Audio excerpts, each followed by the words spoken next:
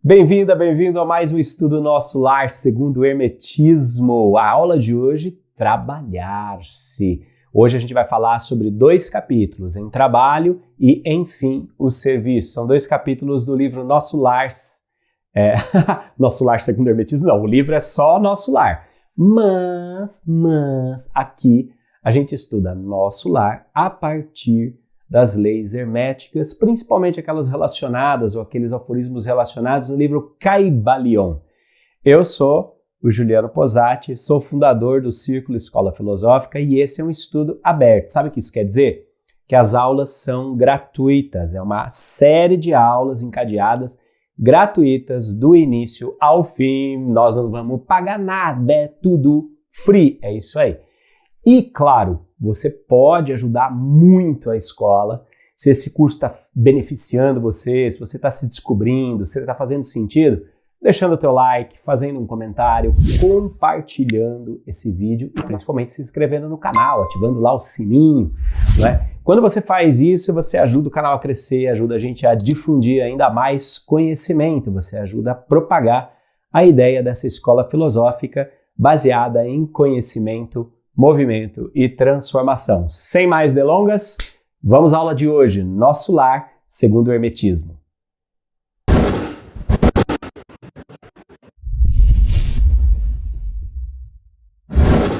Muito bem, Andrezinho Luiz, protagonista de nossa história, Dr. Andrew. Se hoje fosse atualizar a história, né, assim para Hollywood, fazer um Apple Original, seria Dr. Andrew. Então, Andrezinho Luiz, aqui para os íntimos, ganhou um estágio no último capítulo, as Câmaras de Regeneração. Olha que nome bonito, querido, Câmara de Regeneração. Logo entende-se que algo que precisa ser regenerado está degenerado, podre, tá uma podridão só, carcomido, caindo aos pedaços. E é isso que ele vai se deparar quando chegar lá, com as suas reações poéticas, textuais, que são maravilhosas de ver. Vem comigo no slide para a gente pegar um trechinho desse primeiro capítulo, olha lá. O que vai acontecer, Andrezinho Luiz? Dá um clique aí para nós, Ícaro. Olha só como ele abre o capítulo, né? Nunca poderia imaginar o quadro que se desenhava agora aos meus olhos. Não era bem o hospital de sangue, nem o Instituto de Tratamento Normal da Saúde Orgânica. Era uma série de câmaras vastas, ligadas entre si e repletas de verdadeiros despojos humanos. Singular vozerio pairava no ar, gemidos, soluços, frases dolorosas pronunciadas a esmo. Rostos escaveirados, mãos esqueléticas, fáceis monstruosas deixavam transparecer terrível miséria espiritual. Tão angustiosa foram as minhas primeiras impressões que procurei os recursos da prece para não fraquejar. Veja aí, não é?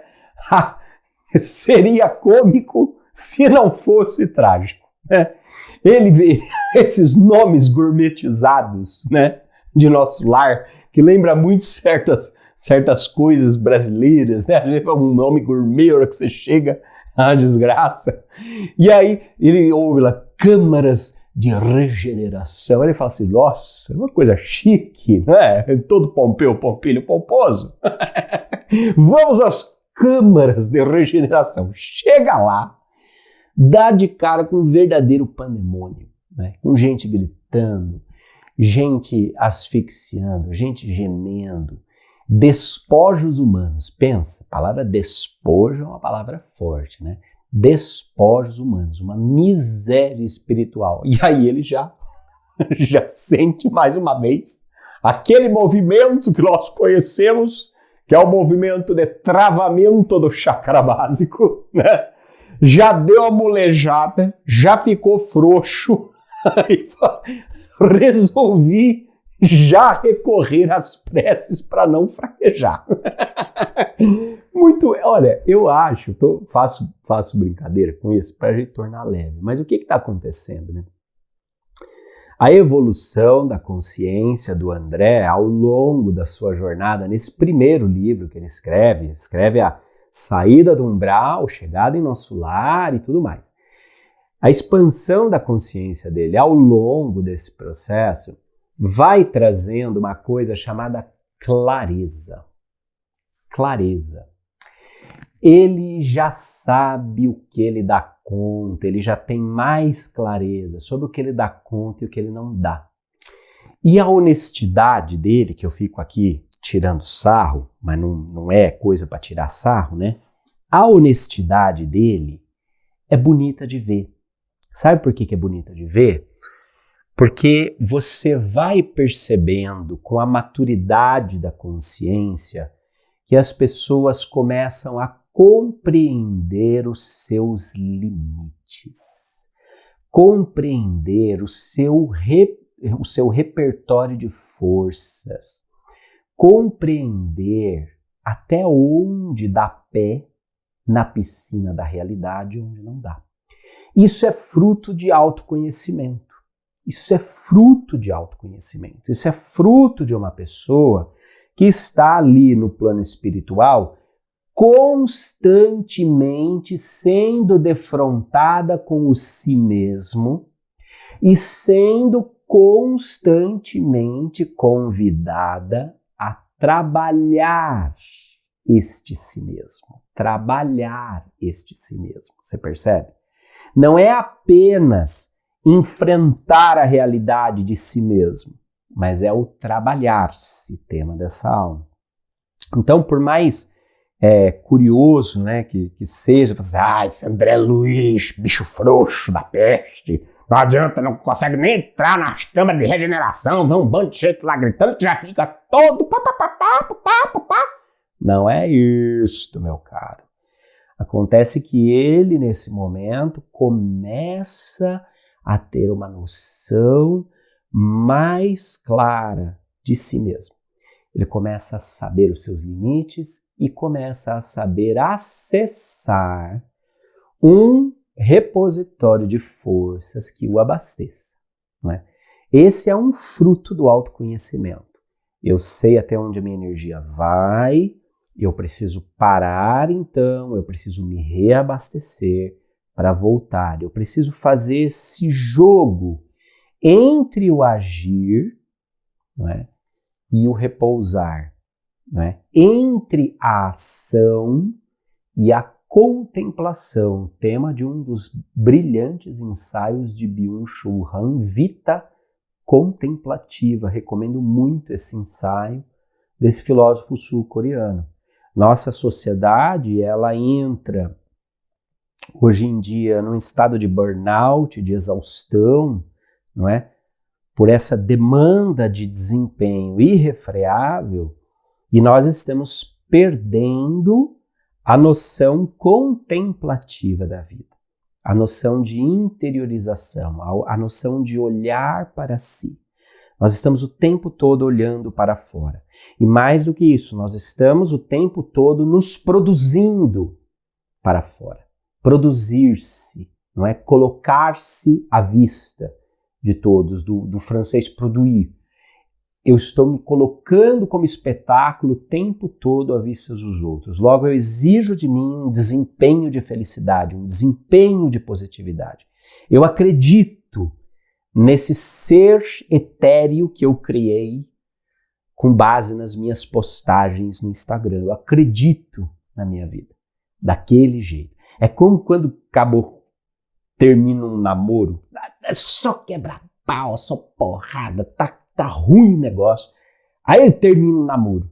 Aí passa uma semana, uns 10 dias, começa a vir a dor de corno, e ele fica lá remoendo, dá aquela solidão, é um desespero. Eu não quero ficar comigo mesmo, porque eu não sei se eu suporto a minha ausência, sem estar produzido, sem me exibir, sem me colocar em cena. Eu não sei se eu suporto este ser que eu sou por trás das cortinas. Aí eu pego o álbum do celular, né, de fotos, eu pego lá e começo a ver, e eu choro de saudade daqueles momentos felizes cirurgicamente editados e produzidos, onde só a felicidade é retratada, como se a totalidade do ser humano fosse apenas a felicidade, né? Quando, em verdade, nós estamos num mundo polarizado, nós vivemos uma realidade polar, num universo polarizado. Luz e sombra fazem parte de quem nós somos. Alegria e tristeza faz parte de quem nós somos. Se nós quisermos apenas ser felizes, nós teremos de maquiar as sombras que nos são naturais. E aí começa esse processo chamado hoje de positividade tóxica, não é? Se você assistiu Divertidamente 2, eu super recomendo, né? A alegria, ela vai desviando umas certas experiências que ela não quer que faça parte ali do monumento criado na sala de controle, que é o senso de si mesma. Ela quer um senso de si mesma só baseada na positividade. E aí, não vou ficar dando spoiler, assista o filme, mas uma crítica fantástica é essa positividade tóxica que maqueia. E qual é o problema dessa positividade tóxica nos maquiando o tempo todo de felicidade? O problema é que quando nós nos vemos em situações onde é natural sentir-se triste, sentir-se só, sentir-se cansado, sentir-se, não é, desamparado, chorar, aí nessas situações nós achamos que nós estamos em baixa vibração, que nós estamos mal, que nós não estamos mais na luz, que as trevas vão puxar o nosso pé na cama. Aí a gente se sente culpado por sentir certas polaridades. Mas a gente não tem visto ao longo de todas essas aulas que a realidade é dual, positivo e o negativo, o feliz e o triste, o dia e a noite. A totalidade da experiência humana só é possível quando nós estamos disponíveis para viver com a mesma intensidade as experiências que a vida nos trouxer, tendo um manejo sobre elas, um manejo consciente. Percebe? É muito curioso esse detalhe por trás desse parágrafo tão simples, mas tão atual, não é? Na nossa sociedade. Mas vamos continuar. Chegamos... Cadê? Vamos ver. Chegamos lá. Aí ele vê que tá rolando uma treta, um corre-corre, e aparentemente tá faltando mão de obra. Aí a Narcisa, que é uma das enfermeiras, vai dizer assim: o ministro Flaccus esclareceu a velhinha em tom respeitoso, determinou que a maioria acompanhasse os samaritanos para os serviços de hoje nas regiões do umbral. E aí o Tobias, que está com ele, fala: há que multiplicar energias, tornou ele sereno. Não temos tempo a perder. Daí você já veja que coisa interessante, né? Está faltando mão de obra, querido! A messe é grande, mas os trabalhadores são poucos. É interessante como a escassez de recursos humanos chega inclusive aos planos espirituais, né? Você vê, ela diz, tá faltando gente, o ministro passou aqui, então tinha uma treta para resolver no umbral, levou um monte de gente para lá. O que é interessante, porque lembra muito aquela frase, né?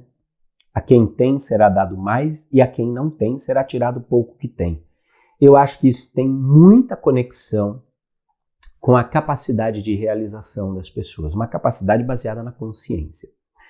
Quando você tem uma pessoa, trabalha com uma pessoa inteira, não é? Consciente das suas habilidades, das suas competências, é impressionante como essa pessoa acaba sendo sempre lembrada na hora de delegar novas funções e novas tarefas. Então, no dia a dia de trabalho mesmo, né? No dia a dia de trabalho é interessante, porque se você pensar, tem um amigo meu que fala assim, você quer fazer um projeto dar certo, pega aquele cara que não tem tempo para fazer nada e dá na mão dele, porque ele sem tempo de fazer nada vai dar um jeito de fazer aquilo, e aquele que está ocioso não vai conseguir fazer. Acaba parecendo uma certa injustiça, mas eu vejo uma conexão direta com o evangelho. A quem tem será dado mais, a quem não tem será tirado o pouco que tem. Nós estamos nessa sociedade, ou nessa realidade, em que é preciso estar consciente consciente, inteiro, para fazer aquilo que deve ser feito. E quando nós somos conscientes inteiros daquilo que deve ser feito, as pessoas reconhecem isso em nós. De alguma forma, nós transpiramos uma confiança. E parece um tanto quanto injusto, né? E muitas vezes, claro, em ambiente de trabalho a gente acaba sobrecarregado por ser competente, né? Às vezes o competente ele é punido com mais trabalho, né? Essa é a sensação que ele tem, que ele está sendo punido com mais trabalho. Mas no fundo, talvez haja um reconhecimento da sua competência aí. E há que haver, obviamente, um equilíbrio, como eu estava falando anteriormente. Há que haver uma certa consciência dos limites, daquilo que dou conta, daquilo que não dou conta. Por isso, a autoconsciência, ela tem um papel fundamental, principalmente no mundo de trabalho hoje em dia. Nós temos que ter clareza e autoconsciência, sobretudo no mundo do trabalho. Não é só uma coisa para a vida, não é só uma coisa para os nossos relacionamentos, não é só uma coisa para quando você vai sentar meditar. Não. É uma coisa, inclusive, é uma mochila, né, um item que nós temos que botar na nossa mochila na hora de ir para o ambiente de trabalho. Para que a gente tenha clareza, para que a gente comunique com clareza, para que a gente construa relacionamentos no ambiente de trabalho e para que a gente compreenda esses movimentos.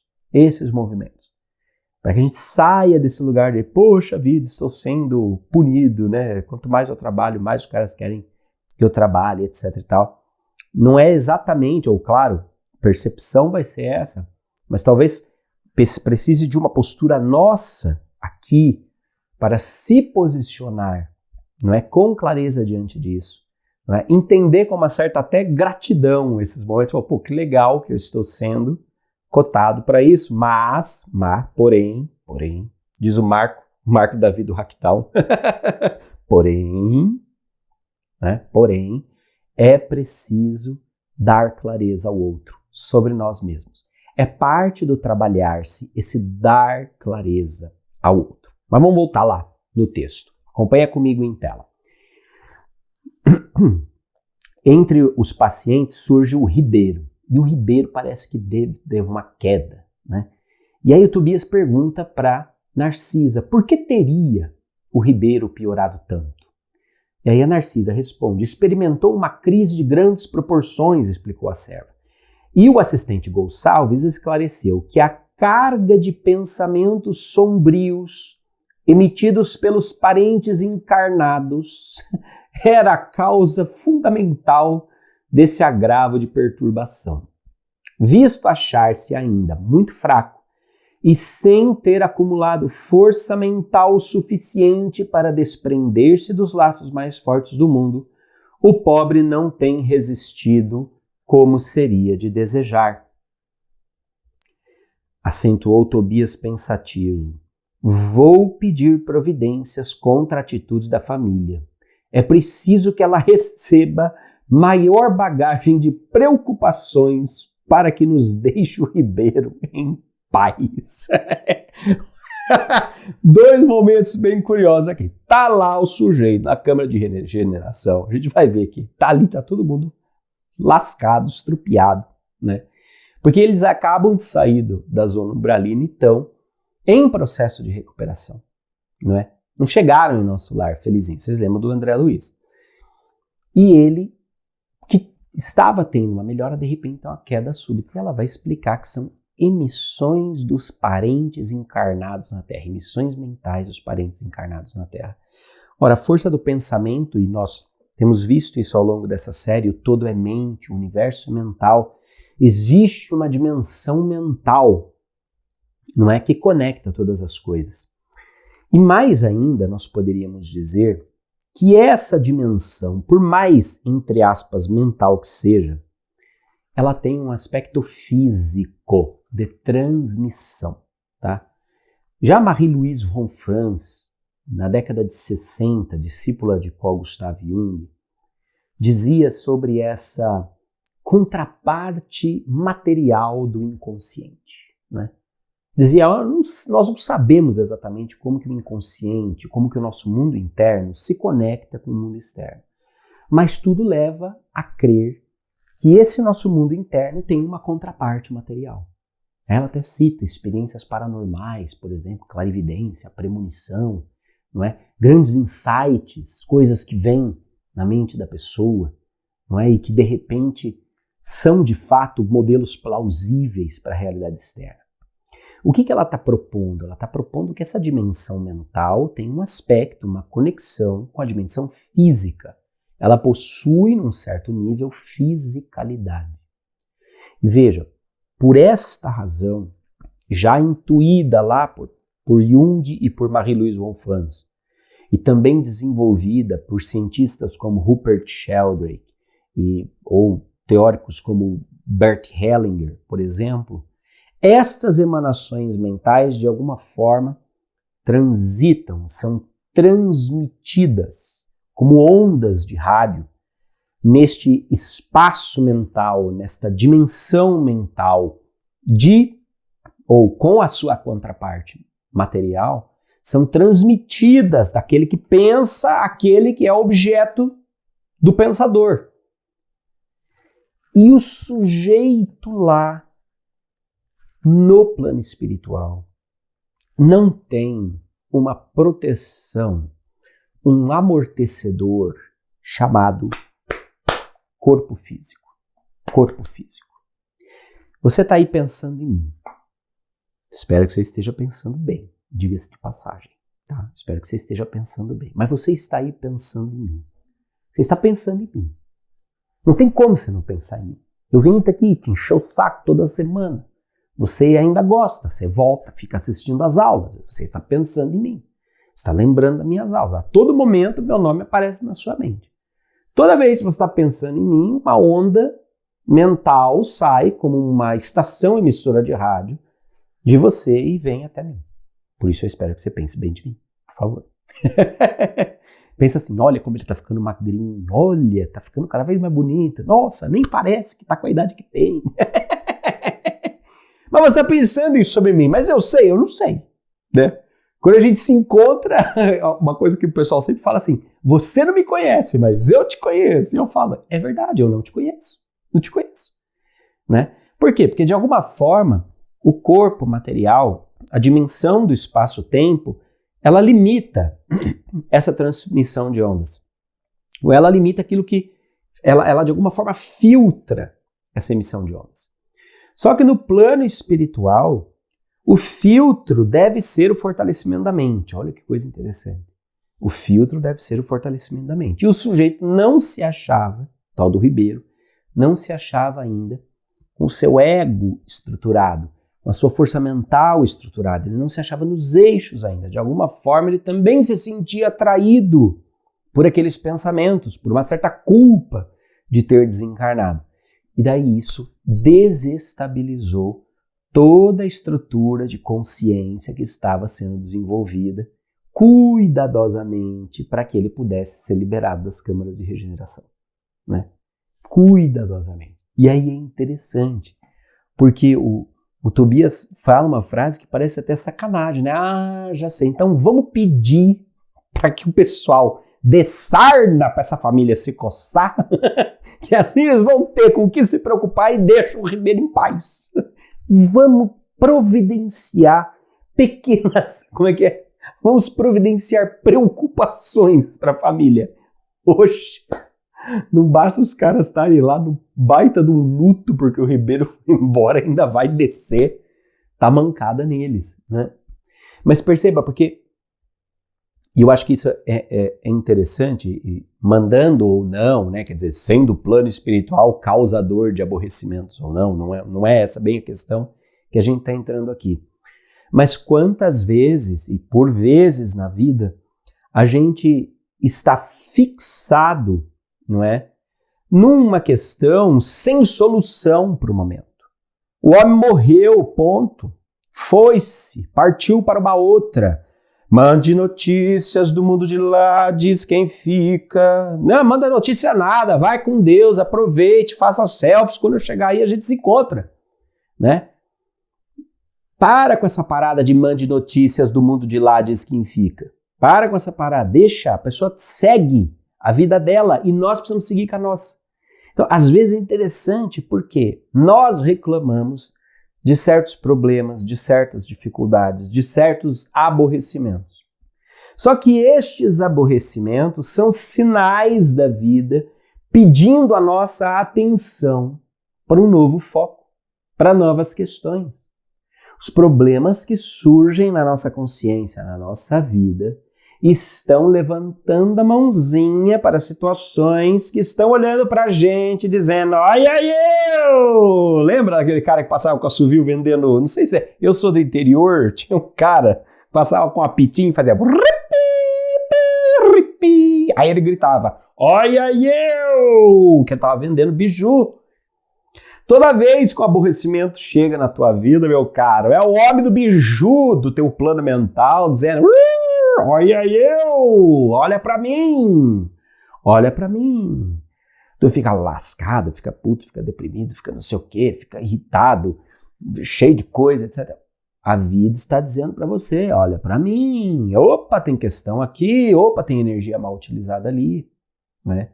Então você vê que mesmo o problema, mesmo o aborrecimento, mesmo aquilo que, entre aspas, causa estresse, deixa a gente irritado, um monte de coisa, são evidências, são mãozinhas sendo levantadas no nosso campo de consciência, dizendo: olha pra mim. Ai, Juliana, mas sempre me acontece. Eu não tô cansada dessa situação, porque tem coisa ali. Tem coisa ali, a treta é tão grande que talvez esteja parcelada. Não é que, às vezes a pessoa fala assim: porque quando começa a acontecer muitas vezes a mesma coisa, está repetidamente na mesma situação, é porque você não aprendeu a lição. Não necessariamente. Não necessariamente. Tá? O aluno tem prova todo final de trimestre, e o fato dele fazer uma prova no segundo trimestre não significa que ele não foi bem na primeira, simplesmente porque a nova etapa pede novas provas. Ponto. Às vezes a gente fica culpado, né? Ai, meu Deus, passei tantas vezes por essa situação, está acontecendo de novo. E acho que eu não aprendi alguma coisa. Não, necessariamente não. Pode ser sim, que você esteja ignorando, tapando só com a peneira ou fugindo. Mas quando a gente encara conscientemente, vive a treta, passa o negócio, olha pro problema, joga a luz no problema, dá consciência pro problema e de repente, quando tudo parece lindo, tá lá o problema de novo falando assim: oi, cheguei novamente. Necessariamente não quer dizer que você não aprendeu nada com o primeiro, mas que você chegou numa nova etapa.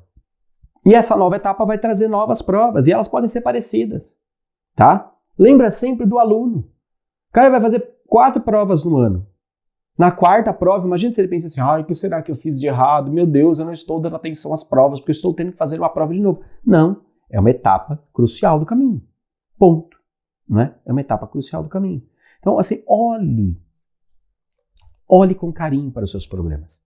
O trabalhar-se tem a ver com olhar para as suas questões, tem a ver com olhar para o seu lado sombra, tem a ver com olhar para isso que você não está no seu campo de consciência.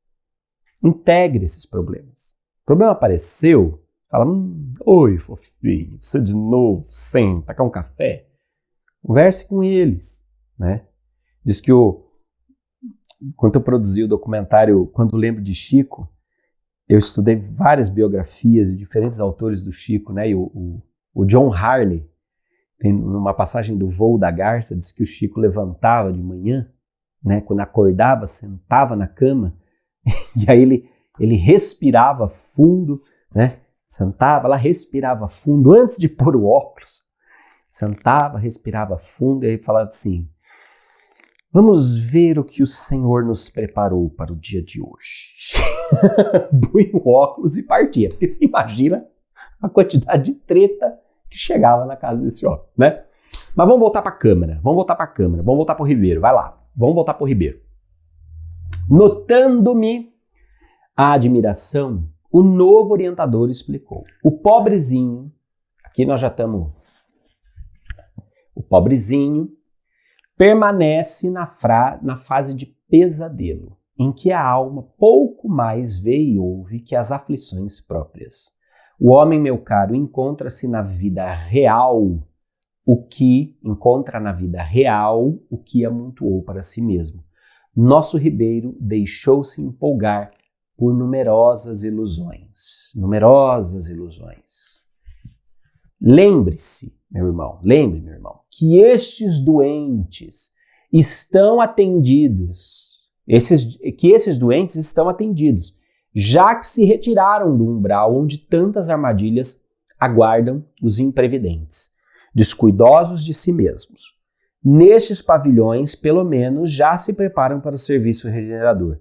Quanto às lágrimas que vertem, recordemos que devem a si mesmos esses padecimentos.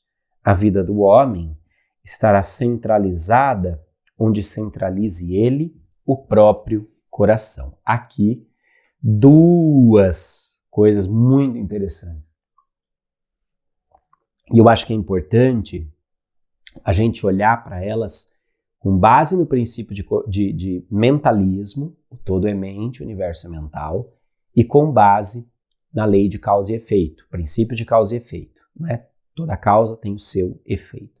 Então, claro, quando ele fala assim, ó, o homem, a vida do homem está centrada onde ele deposita o coração, ele está reafirmando o princípio de mentalismo.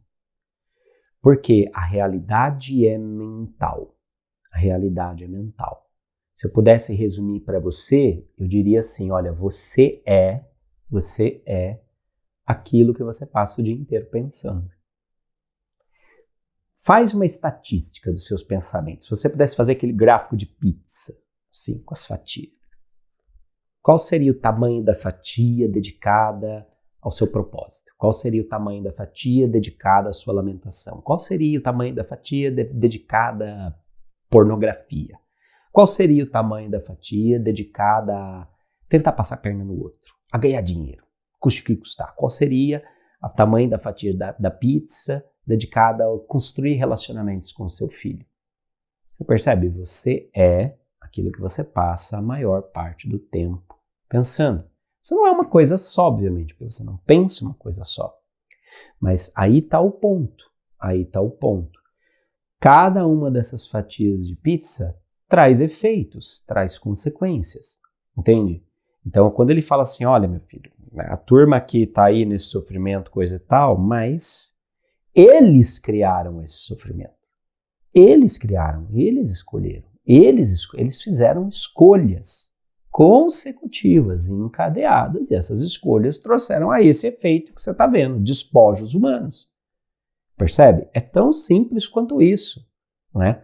Deus não está punindo ninguém, Jesus não é um homem marvado esperando com o chicote na mão, não tem nada a ver. Jesus nem está por ali, meu filho. Está em outras bandas, você percebe? Ali o sujeito se defronta com quem ele realmente é.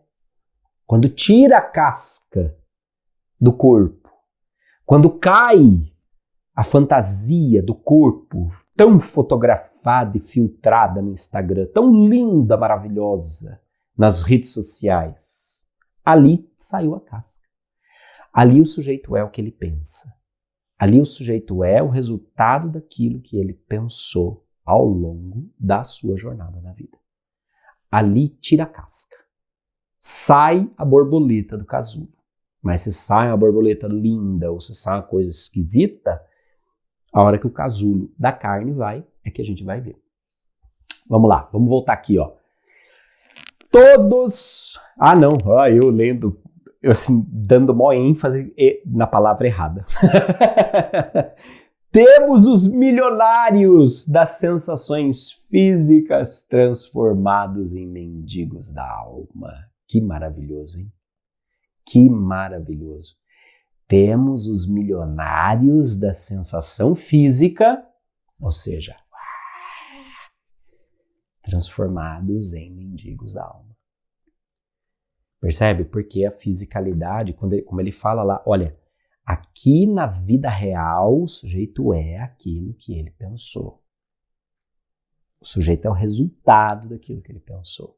E essa frase ele solta quando chega num pavilhão que é gente, mas sim, melhor termo seria gente cagadíssima. Vocês vão ver já. Não estou exagerando, também não estou falando bobagem, antes que você me reprima. Gente cagada. E era tudo um bando de contrabandista, gente bem treta mesmo. Ele falou, essa galera acreditava piamente na segurança de tudo aquilo que eles faziam, mas ignorava a construção daquilo que eles pensavam. Aí chega aqui, temos os milionários dos sentidos transformados em mendigos da alma. Mendigos da alma. Só que mais à frente, olha só o que ele vai mostrar. Vai mais à frente para mim. Muito cuidadoso, Tobias começou a aplicar passes de fortalecimento sob meus olhos atônitos. Fim da operação nos dois primeiros, começaram ambos a expelir negra substância pela boca, espécie de vômito escuro e viscoso, com terríveis emanações cadavéricas. São fluidos venenosos que segregam, explicou Tobias muito calmo. Narcisa fazia o possível por atender prontamente a tarefa de limpeza, mas debalde. Grande número deles deixava escapar a mesma substância negra e fétida. Foi então que, instintivamente, me agarrei aos petrechos de higiene e lancei-me ao trabalho com ardor. A servidora parecia contente com o auxílio humilde do novo irmão, ao passo que Tobias me dispensava olhares satisfeitos e agradecidos. Dois momentos aqui muito importantes. Primeiro momento, quer dizer, essa limpeza, não é? Do corpo astral, essa limpeza do corpo espiritual, fazendo expelir essa substância podre, né? Podridão. Então os sujeitos vão sendo cuidados ali para que eles recuperem de alguma maneira uma certa autonomia de pensamento. Agora veja que coisa interessante. O que é essa substância? Essa substância aí tão grotesca. Trata-se dos efeitos consequentes das atitudes mentais.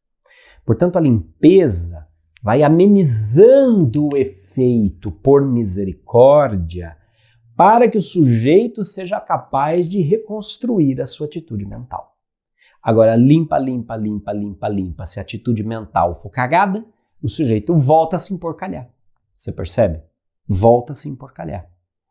Mas no meio da treta toda, né, com gente vomitando para todo lado, que daria uma cena maravilhosa de Nosso Lar, né? Poderia ter ampliado um pouco aquela cena ali, fazer uma coisa mais exorcista, porque é bem o que parece. O André Luiz, vendo que a Narcisa não está dando conta, num impulso, pum, passa a mão no barde, no pano, no negócio e começa a ajudar a limpar aquilo. Esse parágrafo mostra realmente a mudança daquele André Luiz que chegou, né? E era todo pompeu, pomposo, mas meu diploma, onde será meu gabinete de médico, quem serão meus serviçais, etc e tal. Você vê a conversão, a mudança, a metanoia de visão para cara, o serviço apareceu na minha frente, ele é meu. E ele se lança a fazer. Apareceu na minha frente, não importa o que seja, estou aqui para ajudar. Essa disponibilidade, né, ela só é fruto, esse impulso só é fruto de uma pessoa que aprendeu consigo mesmo o seu lugar. Né?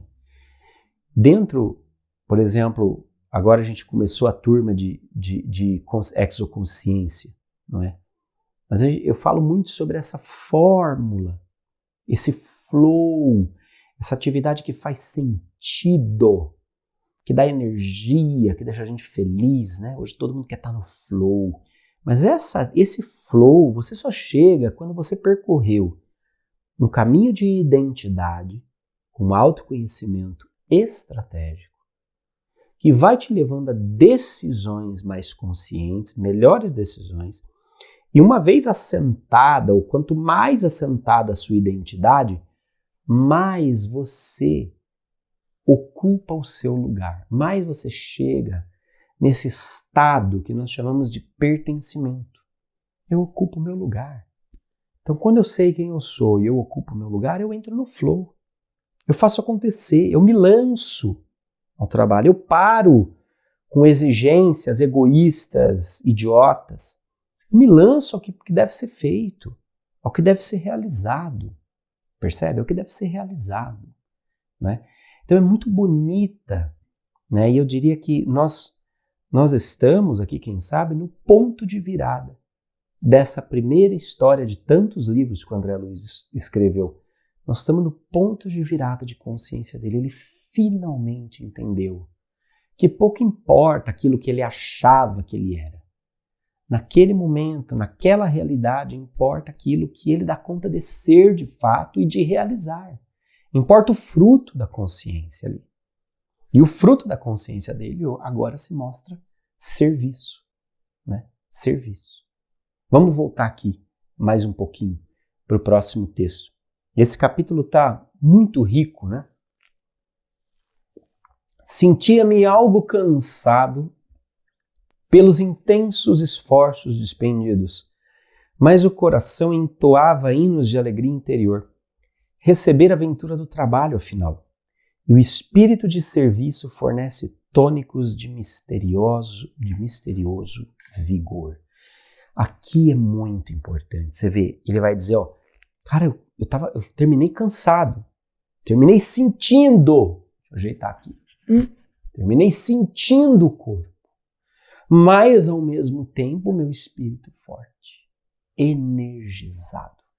Por que ele estava energizado? Porque finalmente havia uma coerência entre a sua identidade mais clareada pela consciência, entre a consciência da sua habilidade, o seu lugar de pertencimento e o seu fluxo. Ai, mas ele deu sorte, Pausati. Adoro gente que fala que o outro deu sorte. A minha vontade não é dar sorte, minha vontade é entrar na cara da pessoa para falar uma coisa dessa. Porque sorte não existe desse jeito que cai do céu. Vou botar aqui o texto de novo. Sorte não existe. Existe a pessoa que está preparada no lugar certo, na hora certa. Mas você percebe? É a pessoa que está preparada. Quem não tem clareza de si, quem não tem consciência, quem não tem autoconhecimento, pode estar no lugar certo, na hora certa, com as pessoas certas, mas ele será a pessoa errada. Não a pessoa errada, mas a pessoa desencaixada, não vai encaixar, não vai dar rosca nessa torneira. Porque tudo começa na autoconsciência, no conhece-te a ti mesmo, no saiba quem você é. Entenda a sua capacidade, entenda a sua natureza, ocupe o seu lugar. Então o flow vai acontecer, a sorte vai acontecer, mas porque você está preparado no lugar certo, com as pessoas certas. Sorte é estar preparado quando a oportunidade surge. Sorte é estar preparado quando a oportunidade surge. Né? É muito interessante olhar para isso. Muito interessante olhar para isso. Percebe? Vamos voltar aqui mais um pouquinho, que hoje eu estou empolgado, hein? Você me segura. Eu também estou cansado, quebrado do corpo, mas o espírito está aqui com fogo na rabiola. Mas está resolvido a permanecer nas câmaras durante a noite, perguntou admirado, que aí precisou fazer um plantão. E ele falou, estou aqui, estou disponível. Aí o Tobias falou, cara, mas você tem certeza mesmo que você quer ficar nas câmaras durante a noite? E ele falou, os outros não fazem o mesmo? Indaguei por minha vez. Sinto-me disposto e forte, preciso recuperar o tempo perdido. Abraçou-me o generoso amigo, acrescentando, pois bem, aceito, confiante, a colaboração. Olha que legal. Tá bom, tá certo. Olha aí, deu sorte de novo. Deu sorte de novo. Não, deu sorte, cara. Eu tô aqui, tô pronto. Não é o que todo mundo tá fazendo, não é o que o espírito... Você vê, quando a gente fala de que a identidade leva a pertencimento, ela leva a um pertencimento tão amplo que também leva a essa identificação com uma comunidade, com um grupo de pessoas. Mas peraí, não é o que todo mundo está fazendo? Eu vou fazer a minha parte. Não é? Não é algo solitário, é algo sistêmico. É algo sistêmico. A regeneração, não é algo solitário, é algo sistêmico, onde eu pertenço não apenas a ocupar o meu lugar, mas eu pertenço também ao colaborar, ao cooperar com outras mentes e outras iniciativas que estão fluindo na mesma direção. Percebeu? E aí o cara recebe ele, né? Vamos voltar lá mais um pouquinho. Vamos ver aí o que é que vem, ó. Aqui ele começa a falar com a Narcisa, né? E a Narcisa começa a explicar que a Narcisa está ali com o pau torando, né? A nossa benfeitora da regeneração prometeu que endossaria meus propósitos no Ministério do Auxílio, mas exigiu 10 anos consecutivos de trabalho aqui para que eu possa corrigir certos desequilíbrios do sentimento. No primeiro instante quis recusar, considerando demasiada exigência, depois reconheci que ela estava com a razão. Olha que interessante, né? A Narcisa, ela trabalha ali feito doida, ainda faltam os 3 anos para bater essa meta aí dela, mas é interessante porque a ministra, vendo que ela precisava de certos ajustes, umas certas tretas ali antes de voltar para a Terra, põe ela 10 anos para trabalhar ali. Para quê? Para que ela se trabalhasse. E é interessante, eu não sei vocês, mas eu passo constantemente por essa fantasia, por essa ilusão de pensar assim: putz, se eu soubesse de tal coisa, não teria feito isso. Se eu soubesse daquilo, não teria feito isso. Ai, meu Deus, que arrependimento. Nossa, quanto tempo eu perdi. Putz, se eu conhecesse esse negócio antes, eu não teria que ter passado por aquilo. Não, a gente não fica assim? Só criatura. Se você não tivesse passado por aquilo, você não teria a consciência que você tem hoje. O que a Narcisa está explicando para a gente aqui é que o trabalho, o desafio do servir, o desafio de pôr a mão na massa, o desafio do trabalhar-se, ele está intimamente ligado com fazer as pazes com as decisões que nós fizemos no passado. Não é?